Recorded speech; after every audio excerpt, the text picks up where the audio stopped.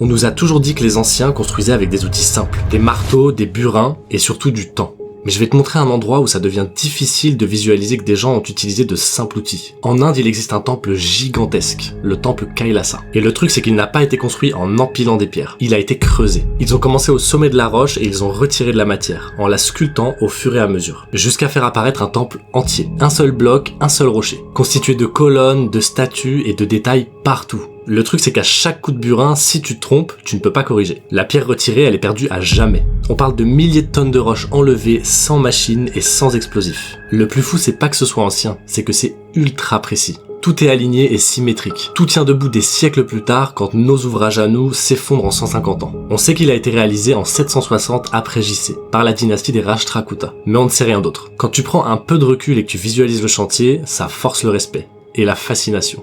Parce que ça te rappelle un truc simple. Les anciens n'étaient pas primitifs. Ils faisaient juste autrement. Et moi je trouve ça ouf parce que ça montre que notre civilisation, soi-disant la plus avancée, trouve encore des traces d'autres civilisations qui savaient faire bien mieux que nous.